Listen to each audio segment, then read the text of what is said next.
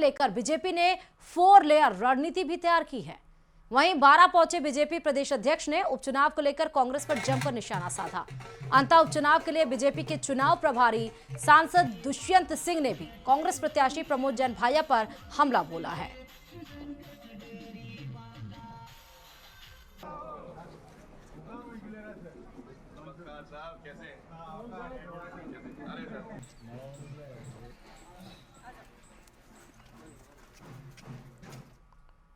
सामने जो उम्मीदवार है उसके बारे में ज़्यादा बताने की ज़रूरत नहीं है कि कितने उनके खिलाफ में मुकदमे हैं।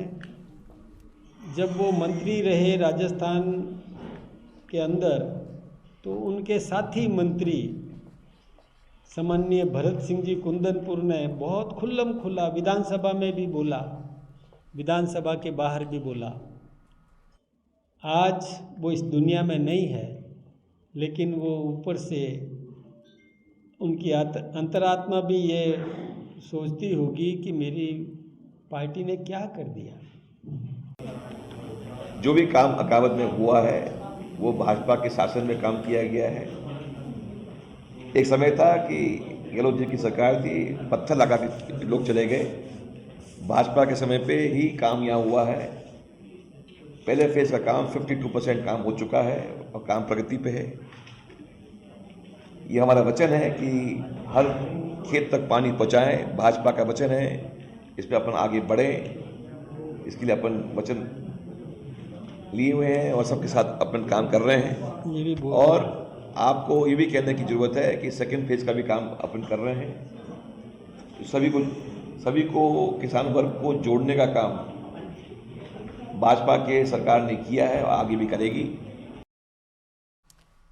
एटीएस के कई जिलों में छापेमारी और 4 जिलों से 5 संदिग्ध आतंकवादियों के पकड़े जाने पर केंद्रीय मंत्री गजेंद्र सिंह शेखावत ने बयान दिया और कहा कि केंद्र सरकार देश की आंतरिक और सीमाई सुरक्षा के प्रति जीरो टॉलरेंस की नीति पर काम कर रही है। इसके अलावा और क्या कुछ कहा है, चलिए आपको सुनाते हैं। देश की आंतरिक सुरक्षा, सीमाओं की सुरक्षा को लेकर के किसी भी तरह की चूक के प्रति जीरो टॉलरेंस की नीति है। जो कोई भी ऐसी संदिग्ध गतिविधियों में लिप्त होगा, देश की सुरक्षा और सुरक्षा के मानकों के साथ में छेड़छाड़ करने का किसी भी तरह से प्रयास करेगा, वो चाहे पाताल में भी छुपा होगा तो उसको ढूंढ करके निकाल करके उसको किए के अंजाम की सजा भुगतनी पड़े। इसको सुनिश्चित करने के लिए सरकार, माननीय प्रधानमंत्री और माननीय गृह मंत्री दोनों के नेतृत्व में प्रतिबद्ध है और हम पूरे प्राण की ऊर्जा से इस प्रतिबद्धता को निभाने के लिए काम कर रहे हैं। प्रदेश भर में कल ग्राम विकास अधिकारी परीक्षा का आयोजन किया जा रहा है और इसके लिए झुंझुनू जिला मुख्यालय पर 31 और बगड़ में 5 परीक्षा केंद्र लगाए गए हैं। इस बार हर परीक्षा कक्ष में सीसीटीवी कैमरा सुनिश्चित किया गया है ताकि पूरी परीक्षा सीसीटीवी कैमरों की निगरानी में ही हो। वहीं हर परीक्षा केंद्र में एक केंद्राधीक्षक के अलावा एक अतिरिक्त केंद्राधीक्षक भी लगाया गया है। कल झुंझुनू जिले में वीडियो का एग्जाम होगा। अपने यहाँ पे 36 सेंटर हैं पूरे ज़िले के अंदर, जो 31 तो अपने डिस्ट्रिक्ट हेडक्वार्टर झुंझुनू में हैं, 5 बगड़ में रखे हुए हैं। 29 सेंटर जो हैं प्राइवेट स्कूल में और कॉलेजेस में हैं और सरकारी के अंदर 7 हैं। लगभग 12,000 कैंडिडेट्स इसमें अपीयर होंगे। डिस्ट्रिक्ट एडमिनिस्ट्रेशन से जो अपेक्षा रहती है वो अच्छे से कर ली गई है। 6 फ्लाइंग स्क्वाड बनाई गई हैं, 65 ऑब्जर्वर्स लगाए गए हैं जो कि पूरी की पूरी व्यवस्था को देखेंगे। और अब आपको बताएंगे, स्लीपर बसों के पहिए थम गए हैं तो हड़ताल का असर क्या हो रहा है। मांगलिक कार्यक्रमों की शुरुआत से एक दिन पहले राजस्थान में 8,000 स्लीपर बसों का संचालन बंद हो गया है। प्राइवेट ऑपरेटर्स जैसलमेर बस हादसे के बाद से हो रही परिवहन विभाग की कार्रवाई का विरोध कर रहे हैं। दावा है कि आज से यानी 1 नवंबर से जयपुर सहित प्रदेश भर में बंद हुई बसों के कारण 3 लाख लोगों को परेशान होना पड़ रहा है। लोग बसों के इंतजार में जगह जगह फंस गए हैं। शुक्रवार को 7,000 बसों का संचालन बंद हुआ था, लेकिन जयपुर से बसें चल रही थी। शनिवार से जयपुर से भी बसें बंद हो गईं ऑनलाइन बुकिंग भी शनिवार से नहीं हो रही।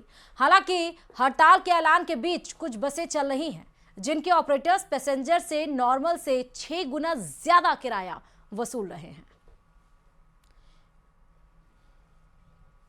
प्रदेश भर में निजी बसों की हड़ताल के बाद उदयपुर में भी इसका असर देखा जा रहा है। उदयपुर में भी जयपुर जोधपुर जाने वाली रूट पर बसों का आज बंद किया गया, क्योंकि रूट न तो बस यहाँ से जाएगी न आएगी। ऐसे में जो है कि बड़ा जो है कि बाहर यात्री बाहर बढ़ा है। और हम इस समय मौजूद है उदयपुर के उदयपुर के बस स्टैंड पर, जहाँ पर निजी ट्रैवल्सों का ऑफिस है। आप देखें कि ये निजी ट्रैवल्सों का ऑफिस है और ये जो ट्रैवल से जुड़े जो मालिक है, जो चालक है और जो संचालक है, वो सभी लोग हैं। उनसे बात करने की कोशिश करेंगे कि किस तरह से इस रोडवे जो ये निजी बस जो सफ़र पे जो आया है, किस तरह से लग रहा है कि इस बार कौन से रूट की बसें जो है कि प्रभावित हुई है, यहाँ से जाने वाली और आने वाली। यहाँ से उदयपुर से जयपुर लाइन, जोधपुर लाइन और Bikaner line, Delhi line, Agra line, ये सारी गाड़ियाँ बंद पड़ी हुई है। Jaipur station, Jodhpur station, Bhilwara station की तरफ से बिल्कुल सख्त आदेश है, कोई गाड़ियाँ ना तो जाएगी ना आएगी, क्योंकि हमको आरटीओ द्वारा नाहक बहुत ज़्यादा परेशान किया जा रहा है।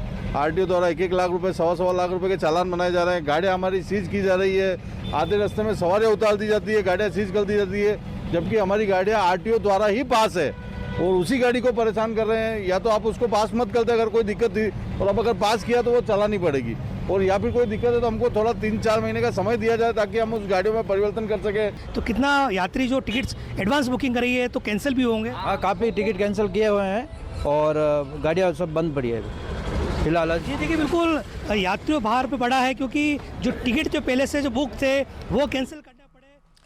चलिए अब बात कर लेते हैं बीकानेर से बड़ी खबर की। अवैध हथियार पर पुलिस का एक्शन देखने को मिला। 4 पिस्टल, 33 जिंदा कारतूस बरामद किए गए हैं। स्लीपर बस से बरामद किए गए ये हथियार। बस में सीट के नीचे ये अवैध हथियार पाए गए हैं। ट्रांसपोर्ट नगर के पास कार्रवाई की गई, जहां पर स्लीपर बस में बड़ा हथियार का जखीरा बरामद हुआ है। 4 पिस्टल, 33 जिंदा कारतूस जो बॉक्स बरामद हुए हैं स्लीपर बस के सीट के नीचे से। जब कार्रवाई की गई तो वो बॉक्स की तस्वीरें हम आपको इस समय दिखा रहे हैं। पुलिस का बड़ा एक्शन अवैध हथियार के खिलाफ।